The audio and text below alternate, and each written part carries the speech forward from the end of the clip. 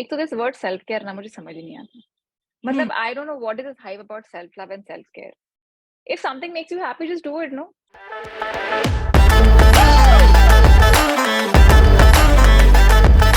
Hi Arpita, welcome to the second episode of Career Goals. I'm so excited to have you on my podcast. Thank you for being here. Thank you so much, Rithya. It's such a pleasure to actually be here, talk to more people, reach out to more people about startups and I think careers in general. Yeah, I'm so So, excited yeah. to talk to you exactly about just that, about your career and your current role at Blinkit, a little bit about careers in the growth space in general, a little bit about mental health as well, and so much more. But first, I'm really excited to start with my favorite part of the episode, which is the rapid fire. Are you ready? Are you excited? I'm looking forward to it, but I am a little nervous. Rapid fire usually is jittery, but yeah, I think you'll do well. let's do this. So the first one. What's the biggest learning that you've had from your career till date? I think my biggest learning over the period of all these years is to invest in people who are freshers, Mm-hmm. is to really teach them, is to really go along with them, hold their hands, teach them, and not judge them basis experience because they have none. And Yeah. somebody has to start somewhere. So, Mhm. Zomato, Blinkit, Dine Out, Groupon, all as organizations have believed in campus hiring. All Mhm. have believed in giving everybody an equal chance. And I think I myself have personally mentored some amazing people, amazing. Like, after 3 years, when I look at them, I'm like, really? I mean, why would I not hire you? And now I'm like, why don't you get to a leadership role in 3 to 4 years? And I think it's amazing. I love the fact that we took that chance and we sort of built not just companies and, we just didn't make money. We also built careers. And I think that essentially investment in people has been my biggest learning so far. Wonderful, wonderful. What's one habit that has improved your life? Waking up early. I'm an early riser too. I love I love you. I I could never wake up early before I had a baby. And now that, it's been 7, 8 years, and I built this routine around waking up at 5 a.m., going for my workout early in the morning, doing a meditation early in the morning. So by the time it's 8:30, all my work is done. And I still have half an hour to just calm down, relax before I hit work. So I think that has changed my life. Yeah, resonates completely with me. I'm glad you said that. What's one book that has impacted you the most? So I'm not much of a reader, but Bhagavad Gita has, when I was a child, I've always heard people say that you open the Bhagavad Gita, you'll always have answers. And I still really think it's overhyped. Yeah. But when I started this self-study course suggested by a friend of mine, it's a 9-volume Bhagavad Gita self-study course. I realized that every volume, and I wasn't very regular with it. So I would read it on and off, and I would just not read it every day. But yeah, I would wake up early in the morning to read a little bit of it, before sleeping a little bit of it. And when I used to have these troubled, weird days, I would just open my Kindle, and it's funny how I would come up on those things I needed to know. So I think Bhagavad Gita is a book. I don't know why we don't have it in our study course, but we should. And Yeah. it's changed my life 100%. It's so interesting that you say that because I still till date have my mom and my grandmom every day, almost every day, who'll say, hey, you should definitely like read a few passages here and there. You'll get answers to everything in your life. And I almost would never believe them, but I see what you're saying. So I couldn't agree more. maybe there's I really think it was overhyped, but it's not. Great. I'm gonna give it a go as well then. What's your best tip for someone who's experiencing a productivity slump? Don't try too hard. It's okay. It's okay to take a break once in a while. Go take that vacation and ask for leaves if you want to, if you need to. You'd rather not be at work with a 50% productivity than actually just take a vacation, go for a 5-day off. And I mean, I'm taking a vacation tomorrow for like 5 days with my daughter. So yeah. Switching off is good. It can be really good for you. It's very important. You can't always be on. You'll get heated up and you'll just break down. Yeah. Not worth it. That's true. What's your best tip for someone who's been laid off recently? Don't give up. I don't think it was never about you. Maybe it's the wrong place. Maybe it's the wrong choice. But if you keep trying, you'll land up where you belong. What's your best tip for someone who's job hunting? don't run after money. Do what makes you happy. Yeah. Pick what brings joy to your life. I love my Monday mornings. I love the fact that I wake up to something I love for the last, touch wood, 13 years. And I wouldn't have it any other way. I'm sure that's such Money a will follow. lovely feeling to have, right? I think a lot of people dread Mondays, and I it's love sad. So it's good to hear someone say that. That's awesome. it. I do think job hunting can be so stressful, right? And it's especially in this environment where massive layoffs are happening. It's such a scary time. But I'm glad you shared your advice, and I hope it But reaches the right people. yeah, I mean, I think it's very important that people sort of get to a point where, so a lot of us, right? And because I interview so many people, I can speak from my experiences. A lot of people, their second, third question is, what's my CTC? I mean, money will follow. Build your skill set. Do Mhm. what makes you happy. Once you're happy, your productivity will increase. You'll want to give more. And once you start giving more, people realize your value. It's a cycle. And I almost feel like it's like an outcome, right? Like if you focus on what you're doing and Yeah, you're enjoying what you're doing, it just kind of is the result that comes out of it. So yeah, I guess that's the way 100%. to look at it. Yeah. I mean, on that note, you've ended the rapid fire. I thought you were pretty rapid. I'm glad. It's done. But I definitely am keen to probe a little bit more. I'm excited to Yes, talk please. a little bit more about your career now. And what I Mhm. wanted to start with actually is it the fact that you started working at startups, like you mentioned, like Groupon India and Yes. Zomato, Yeah. at a time when people weren't as interested. I mean, at this point, everyone loves startups. Startups are Yes. so cool. Yes. But back in the day when you had to, I guess, work at a company where you didn't know what the future would look like, I'm sure that can be Yeah. a difficult decision to make. So what motivated you to start working at these startups? So, ever since I was a child, I wouldn't call myself a rebel, but I made my own choices. I was very independent. I was raised to be a very independent person from the very beginning. So, I'm somebody who did commerce in school, picked up arts in college, and did communication for my post graduation. And yeah, I mean, I was doing well in photography, and then I moved to Calcutta after Jamia, and Zomato just happened. Mhm. Uh, I just feel that the whole idea behind Zomato was so promising. I used to love the fact that there's a website which has menu cards of all these restaurants. Mhm. I don't know whether it would make it, not make it. My first day at office was, I think, if I'm not mistaken, a 150 square feet room with a single mattress, Oh a wow. table, and a chair. That's all that there was. It was essentially somebody's, I think, a servant quarter. Oh, is It's it? it's yeah, at least when we were launching Calcutta, it's where we started. Uh-huh. Uh, that I mean, we didn't officially start, but we were collecting menu cards to launch Calcutta at that point. And my dad was like, "What the hell? What are you doing here? You went to Jamia, you went to Loreto College. What are you doing?" Yeah. And I'm like, "Just let me do this. I Mhm. I want to try this." And he said, "Okay, let's do it." I had 3 or 4 job offers from ad agencies, media companies, PR agencies in the sun time for that matter. But I just thought Zomato was the right thing to do, and I followed my heart, and I'm glad I did. I Mhm. got into startups when not too many people were there. So I think thanks to my experience with the brand, I grew so quick, and it's my third stint today at Zomato.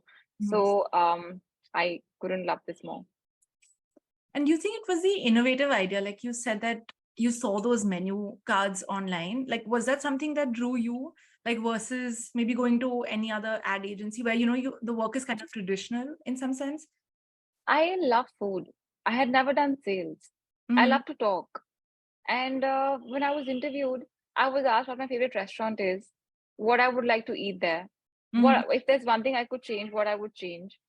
Um, you know, and more importantly, I was working with people who were maybe 5 years up and down, plus and minus, and I Mm-hmm. loved it. I loved the fact that I would work with people my age. Why would I not want to be uh, in a college-like environment where there's hard work, where there are people who are very forthcoming, where I'm not having to wear formals and no one's judging me for Yeah. anything I do.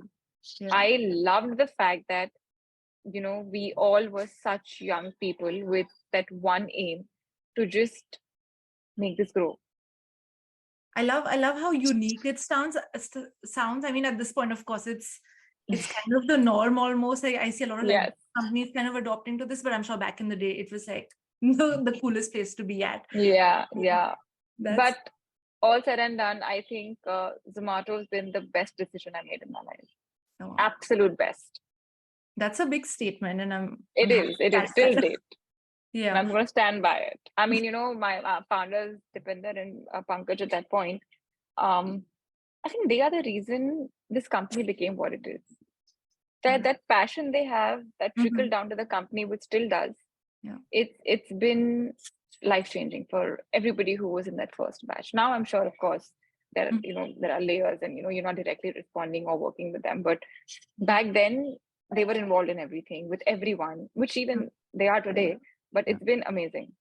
It must have been like a great learning experience, right? I'm sure the learning curve itself must have been so steep at that Yes, point. Yeah. 100%. It's what I would have learned in any other organization in a year and a half. I learned in Zomato in maybe 2-3 months. Oh, that's amazing. That's amazing. Yes. And apart from your dad, were there any other people who were kind of discouraging you, or were they like, I didn't ask anyone. okay, great. It goes with the whole rebel, the rebelling. No, I think it's your choice. It's Mhm. it's your life. It's your career. No one's gonna come and ask you or talk to you if you don't do well. Yeah. But and it doesn't matter. And that's how my father raised me. It doesn't matter what people think. You do what feels right to you. Love it. Love it. You do you. Yeah. That's the You do mantra I'm you. It's gonna. your life. It's your life to own, right? Yeah. So Yeah. Completely. And now at Blinkit, right, you're in this really interesting space where again, yes. like Zomato was groundbreaking at that point, and now Blinkit is in this like crazy space where you're literally changing and creating habits for Indian consumers. Hmm. And I'm sure that comes with a lot of challenges, right? Like for you and your team. Do you want to It share does. light on maybe one or two challenges and maybe a few See, learnings out of that? see, I'll tell you what. I think the biggest learning across startups is customer is the king. And I think my biggest learning in Blinkit primarily has been the fact that every layer has to be taken care of. Mhm. Whether it's somebody managing the whole operation, whether it's somebody who's managing a couple of clusters, whether it's a store manager or a delivery boy. Delivery boy is the backbone of your company. So Mhm. you may think he's just a delivery boy to the outside consumer, but those are the people who are your people who you have to really take care of. Yeah. They They're are the actually ones the sweating it face out. of your They are the company. face of your company. Yes. Their needs, their emotions, their requirements have to be given priority. They have issues, and they need to be heard, and that's Mhm. all they need. I think that's one thing I um, feel that was a learning. It's something I learned over a period of time. It's Mhm. not something I very instinctively understood or got. It's been um, you know it's been 13 years in the same space, Nitya, but I'm still learning on the job. Like I said, we discussed this earlier. I'm not a management student, but I learned everything on the job. Mhm. Empathy to colleagues is so important, in my opinion. But I just feel that the whole layering in an ops like environment is very very there, and I think it's important that we as people take care of every layer, and we uh, give importance to everybody because everybody needs to be heard. Mhm. Mhm. So yeah, that's my biggest learning. Take You care of bottom up. Right. And do you think it gets tougher as the organization grows, right? Because I'm sure the layers are increasing as well. Does that See, add it's a to trickle down impact. okay. Zomato, Blinkit, as a company, have always had an empathy culture. Mhm. So I don't think it's something that will be a problem as we grow. I think it's only going to get better because Mhm. we add more people with that mindset. Because Yeah. even our interview processes, right, are very, very towards how would you handle certain situations. Mhm. We don't believe in aggression. We don't believe in firing people. We are people who want to build people. And it's Mhm. something I've learned with Zomato with Blinkit. So Yeah. yeah. Yeah. Something I also wonder a lot of times with startups is the fact that there are a lot of things that are done in a more like unstructured and undefined manner. And just personally, I'm learning how to kind of deal with uncertainty, and I'm not the best at it yet, but I'm trying. So how do you deal with this? Right? Like how do you deal with unstructured situations in such an environment? I think I would differ a little here. Startups have a very structured environment in their own ways. Mm-hmm. You know, um, it may not be as per the regular structured company norms, Mm-hmm. but we have a very structured approach to everything. Is why, see, now I can talk to the companies I've worked with, whether it's Groupon or Zomato or Blinkit. So we work on multiple projects at the same time. If we talk of a KRA, right, of course we define certain jobs, all of us, but we all have a structure around it. So I don't think we have anything which is unstructured. However, um, I can talk about uncertainty Mm-hmm. because we work in the e-commerce, quick commerce space. Yeah. We're dealing directly with the customers. Mm-hmm. So of course there are things that happen here and there, and as and when they happen, you have people to take care of it. You take care of it, and yeah, I think it's pretty nice that way. It's something we've learned on the job. You learn to tackle things as they come. And but that's true for any corporate also. Right. Things just happen out of nowhere. I Mm-hmm. mean, one day you'll just wake up and you'll just realize that someone's gone bankrupt, some big company, and then you're like, kya ho gaya? It's something that you'd heard for the longest time. Mm-hmm. There's so many stocks that keep going up and down because of certain situations. Mm-hmm. So yeah, I don't think there's a problem with uncertainty as such, and unstructured, of course, we're not. That's a good insight. I definitely didn't think of it in that manner. So I guess Yeah. I've converted in that sense. Yes. I also want to talk a little bit about your roles, right? So I know you've done a little bit of marketing, the sales, there's BD, all of that. How difficult or easy was it to transition within these roles? So Nitya, it's something I tell people all the time when people come to me for marketing roles. Once you've done sales, you will always know what the client wants. So if you want to do marketing, always do some sales to understand what you will want as a client and what is it that you expect the client to say. So work on both sides. And once you worked, so sales and marketing in Zomato was pretty much the same because when we started off, we were doing everything. Right. We were selling, we were designing our banners. Of course, we had a designing team, but we had to tell them this is the background, this is the font, this is because you were pretty much managing a lot on the show. Right. So it was very important for us to multitask. And because it was pretty much my first serious job, I think I just got into the nature of doing a lot together. And then, of course, we had the online ordering business that came around, and then we acquired this company called Runner. We launched our own logistics. So operations karna hi para by default. You can't just step back and say, I'm not going to launch this. So then we just sort of did that. And I think transition for me just happened. It's not something I had planned. It's not something I had done. But, it was such a smooth transition because today I'm doing this, tomorrow I'm doing this, then we launched online ordering. So I moved there. And from there, we were launching delivery. So we launched there. I moved there, then we were launching cities. So I moved there. So, how you do this in college. Today you have a project, tomorrow you have another project, then another school fest, then another college fest. So you keep doing this, right? You don't really think how you're going to transition. Right. It's almost seamless in a way. Yeah. Are there any transferable skills you think that are important in each role, or it just happens, like you said, you kind of get used to it on the role?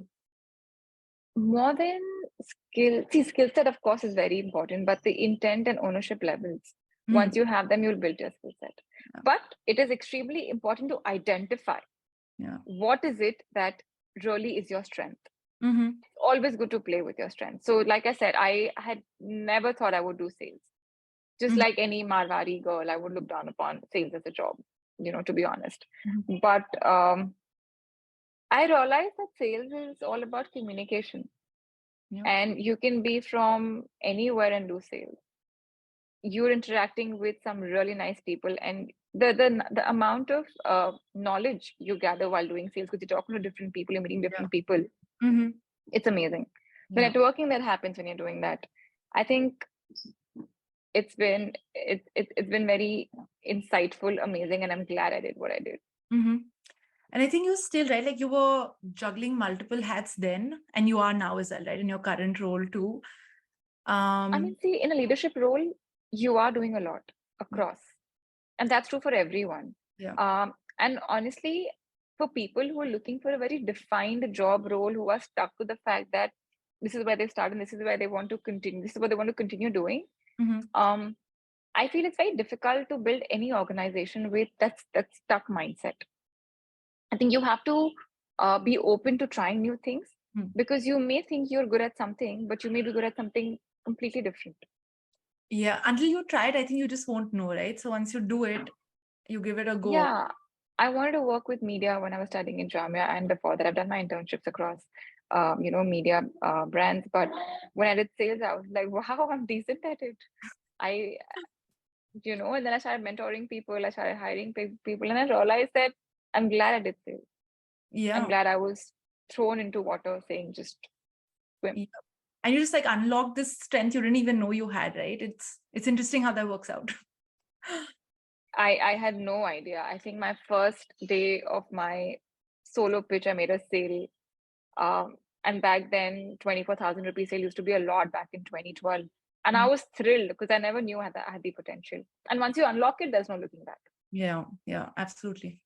Um, Coming to from 2012 to now, right? In 23, can you share a little bit about what your responsibilities, like what your role looks like now?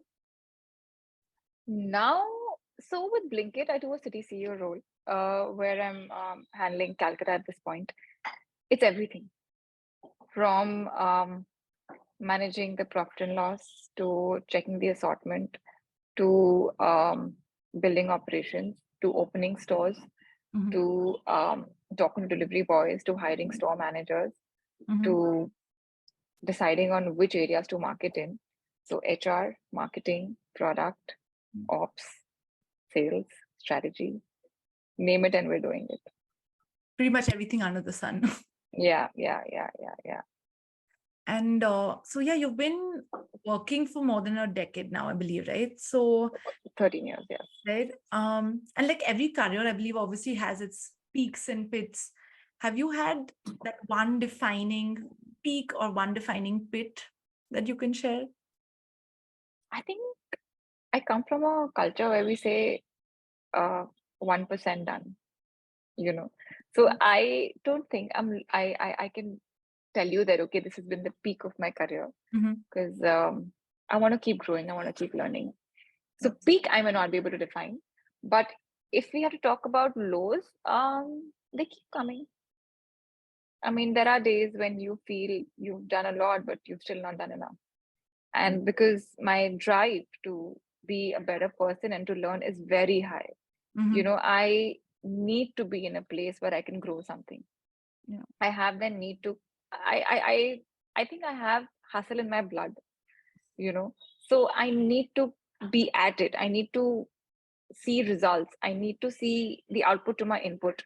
So of Mhm. course there are days I don't see the desired output and I'm just like, what did I do wrong? Is there though, like I like to call it the, oh, I can't wait for this moment to happen in my career kind of a memory? Is that already happened to Ye- you? Are you waiting for one? it's something I talk about very often to my family and friends, and I've never spoken about it out loud. But I was 12 years old, when my father was watching the Economic Times Awards, and so he's into the IT sector. He's got his own software house, and I remember him telling me that someday he wants to be there, and that's the day I said, okay, I'm going to do something big in life, make him proud, and he does feel nice, he does feel proud, but I still want to do something big in life where I can be there and he can, there can be more people wanting to become like me. And that's going to be my moment. I love that. I totally love that. And it's Yeah. it's it's it's so nice, right? That when you're younger, I feel like our parents or friends or family can be we're at that impressionable age. So it's amazing Yeah. that you just got to see him aspiring at that young age. So that's so cool. Oh, Um, yes. but yeah, I would say you're a self-made woman. You're killing it at your game. Um, I'm sure there are days where you're, like you mentioned, you're low and um, you would probably want to reach out to someone, right? Just maybe for solutions or just to vent. Is there a particular mentor or a coach or a friend that you kind of go to? Venting, not so much. However, I do have a mentor who I walk up to for every decision I'd like to make, a big one. Mm-hmm. I had worked with him at Zomato. He was heading the whole online ordering business for us. He was a CBO at Zomato, Mukund Kulashekaran. He's Mm-hmm. now the CBO at Urban Company. And I think I trust him blindly with most decisions I make about my career. Oh, wow. I reach out to him for everything, and he's there, I think, with one WhatsApp message, with one call. And I've been very lucky to have him around, mentoring me, coaching me, and just being there. Yeah. How do you think you went about nurturing this relationship? Is it because that you worked with him, the bond kind of just grew over time? No, I think, uh, see, what happens is you have to give to receive, Mhm. and you have to value what you receive, and you have to work on people's inputs about you, and you have to really take feedback seriously. So I think what really built my relationship with him was that I never really, uh, you know, took any feedback to heart. I think I was always wanting to improve and become a better person. Mhm. To, I think in my head now, to prove to him that I'm good. Yeah. So my drive to uh, be a better person sort of worked well to build my relationship with him. And even later, I think I always kept in touch with him. I think it's a routine I follow. Every Teacher's Day, I'll send him a Happy Teacher's Day message. That's I'll adorable. I'll I'll make sure I wish him on his birthday, and I really look up to that man. His leadership skill, everything I've learned under him. So Mhm. yeah. That's awesome. That's awesome. And how would you, for a fresher or someone who's just started out in their career, right? Is there a specific way that they should go about finding a mentor, or does it just happen that you find someone who's in the same company as you kind of look up to them, and then you reach out to them, and you give, and then you start to receive? I think it's never the student that picks the teacher. It's the teacher that picks the student. So be open Mm-hmm. and keep absorbing. You'll find your mentor. Lovely, lovely, love that. Um, I think that's quite a bit about your career. I do want to talk a little bit about outside of your work life, Yes. because I love people who are so well-rounded, and I definitely see that in you, because I would love to share that you're a certified belly dancer. You're a mental health advocate. You're also an emotion Yes. code healer. Healer, Uh, yes. Super awesome. Let's start with the belly dancing first. When was your first class? What got you into it? I think I had just come back from Jamia, and there was a course happening. Meher Malik was taking that in Calcutta. Mm-hmm. And I just randomly signed up for a 2 day intensive crash course or something. I went for it, and then I obviously didn't pursue it. Lockdown happened. Mm-hmm. I had enough time on my hand. She was taking online certified lessons. Uh-huh. I signed up for it, and I think even as a child, dancing would make me very happy. I Yeah. used to really enjoy dancing, because there has to be something. I have a therapist. My therapist would always say, they always say, right? Only work, no play makes Jack a dull boy. That holds true not just for boys, girls. It also holds true for men and women. Yep. So I think it's important that you play, Mm-hmm. and dancing is my space where I let go. Mm-hmm. It's meditative for me. I've tried meditation. I can't do meditation, Mm-hmm. but dancing is meditative. It makes me the happiest. The number of emotions I feel when I'm dancing is unfathomable. It's unreal. I experience so much when I'm dancing, and I think belly dancing, why I love it so much is primarily because they say all your emotions are, you know, stored in your glute, in your lower part of the body, and belly dancing sort of lets you release them. Mm-hmm. Mm-hmm. And I've had my breakdowns and my super high moments while dancing, and hence Lovely. I think there are a lot of people who would want to try belly dancing, but there's something just do it. No just one's do it. watching you. Yeah. No Awesome. one's watching. Do it for yourself. Yeah. If you Yeah. can eat a pizza and not care, please go belly dance. Yep. It's I'm, or any dance. yeah. I'm glad you say that, because I feel like nowadays everyone is on this bandwagon of meditation is important, we should do it, which is true. It is. But to different people, it means different things, right? You could be playing a sport and that could be meditative. Find your meditation. Exactly. So true. Yeah, great. So belly dancing, and now onto mental health, being an advocate for it. What I wanted to understand was, all of us have our own challenges, our own struggles that we go through on a day-to-day basis, but of course, the other person can't really see that. So as a leader, how do you go about creating a safe space for your team members and your colleagues in general? So Nitya, I've been in therapy for the last 6 years. I started seeking therapy right after my divorce, after my separation actually. And I couldn't um, thank my stars more for walking into the therapist office this one day. And I informed my parents and they were very supportive. My sister came with me for my first session, and I've been regular at it for the last 6 years. People have this. I think there are two things that people really need to get out of from a mindset perspective. Is that therapy is expensive. Don't buy that one denim in a month. It's fine. Or don't buy a t-shirt in a month. Maybe save up on days and just do that therapy. Reach out to therapists. Tell them if you are not able to afford, they will come around something. That's one. Second is, no, I'm not mad or crazy because I'm in therapy.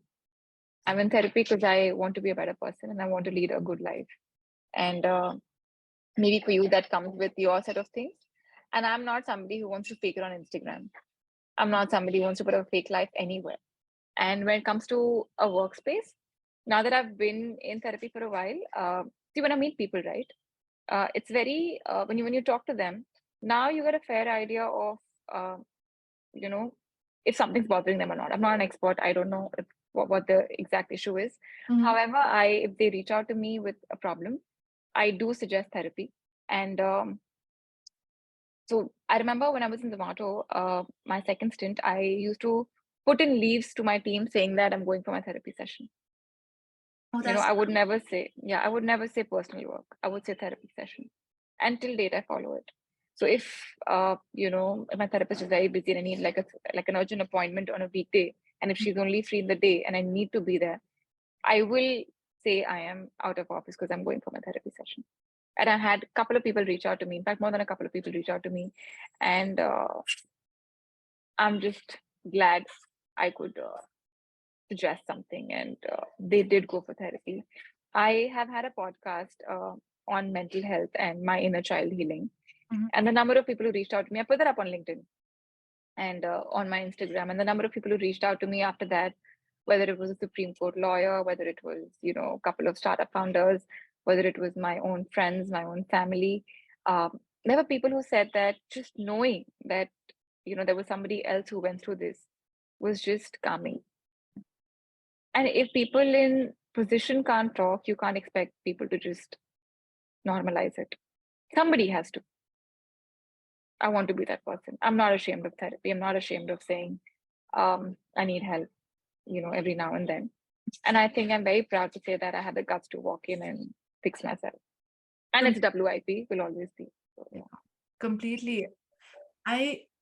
So many thoughts are coming to me. Firstly, I'm glad that you've shared this. And I do think it's totally normal. It's part of self-care, right? Like you're trying to improve yourself through therapy. And I hate that there's so much, I guess, taboo around it, which I hope that we're kind of breaking in current times, right? And I'm glad that you speak up about it. And I love that you were transparent even in your workplace. I think that it's much needed. So I'm glad you did that. And I hope more people can follow suit. I think it's very crucial. I mean, Nitya, एक तो this word self-care ना मुझे समझ ही नहीं आता. मतलब I don't know what is this hype about self-love and self-care. If something makes you happy, just do it, no? Yeah. I mean, I have a 7-year-old and she just does what makes her happy. And I think it's such a learning to just see her. Yeah. Just do what makes you happy. That itself defines self-care and self-love. कोई hashtag self-love देके solo trip पे जाने की जरूरत नहीं है to show that you're loving yourself. It's okay. That's true. Do what makes you happy. Ask for help. The stigma around asking for help is so large. Yeah. Why? Yeah. Sometimes I think my own theory, I guess, would just be that people like to put up a facade of this like perfect life and they don't want people to see through, it's just so sad because the more you get the help, the closer you will be towards a better life or your best version of your life. People have their own set of traumas, their own set of issues, and their fears. And I get that. Yeah. I was there at one point, and I still struggle asking for help. It's why I have a therapist, because that defines my safe space. Mhm. I I do have a problem walking up to just everyone and saying, "Listen, I have a problem." Mhm. I don't do that even now. So I understand where people come from. Mhm. I think empathy and being vulnerable is what will really help people go a long way. Yeah, definitely. I do think taking care of our mental health is so important, and I'm glad you could speak about it and could just Oh share your yes, thoughts on it as well. oh yes. You've given us so much advice already on the podcast, and we're nearing the end. So I'm glad you were able to do this. But before I let you go, I would love for you to leave the audience with a question. So there's something that they can self-reflect on as well. Could be about their career, about life in general. I think it's something I always tell my daughter, and I always ask myself, and people who work with me, does it really matter what people think? Yeah. I mean, does it? And for how long? Yeah. I think so many times, at least speaking of myself, we're so stuck up in our own like narrative that goes on in our brain. And sometimes I just think that, okay, people are really bothered about what I'm doing. But at the end of the day, I Yeah, think they're doing their own thing. I don't think they have enough time yeah, to think about what yeah, I'm up to. I think they should just do it, not think yeah. much.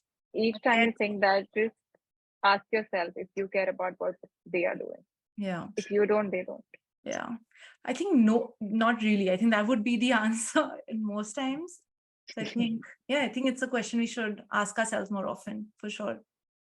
I mean, that pretty much will solve for your career, personal Mhm. space, mental health, everything. Yeah. Everything. The Yeah. minute you stop caring about what people think, of course, you have to be honest to yourself in what you do in terms of career. You can't just be like, I don't care what you think.